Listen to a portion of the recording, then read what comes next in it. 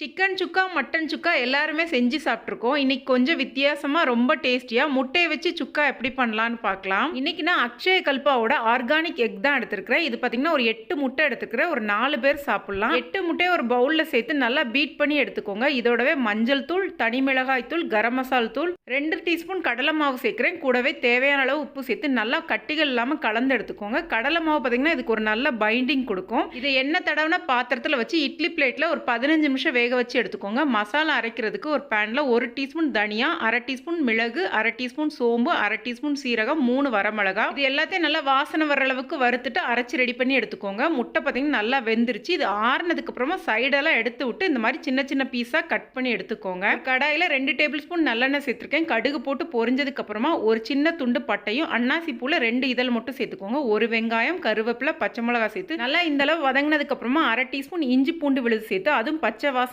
மாறினதுக்கு அப்புறமா ஒரு தக்காளி சேர்த்து தக்காளி நல்லா சுருள வதக்கி எடுத்துக்கோங்க. இது வதங்கினதுக்கு அப்புறமா பொடி பண்ணி வச்சிருக்க மசாலாவும் இதோட சேர்த்து மஞ்சள் தூள், தேவையான அளவு உப்பு சேர்த்து லோ ஃப்ளேம்ல வச்சு மசாலாவோட பச்சை வாசனை மாறினதுக்கு அப்புறமா 2 டேபிள் ஸ்பூன் தண்ணி சேர்த்து நல்லா கலந்துட்டு ரெடி பண்ணி வச்சிருக்க முட்டையும் இதோட சேர்த்து கொத்தமல்லி தழை தூவிட்டு இறக்குனீங்கன்னா டேஸ்டியான முட்டை சுக்கா தயாராயிருச்சு. அக்ஷய கல்பாவோட எக்ல குட் குவாலிட்டி புரோட்டீனும் விட்டமின் ஏயும் நிறைந்துள்ளது. ரெகுலரா எடுத்துக்கிடும் போது நல்ல நோய் எதிர்ப்பு சக்தி கிடைக்கும். அதே நேரத்தில் கண் பார்வைக்கும் நல்லது. ஆப்பை டவுன்லோட் பண்ணீங்கன்னா வீட்டுக்கே டெலிவரி பண்றாங்க. நன்றி.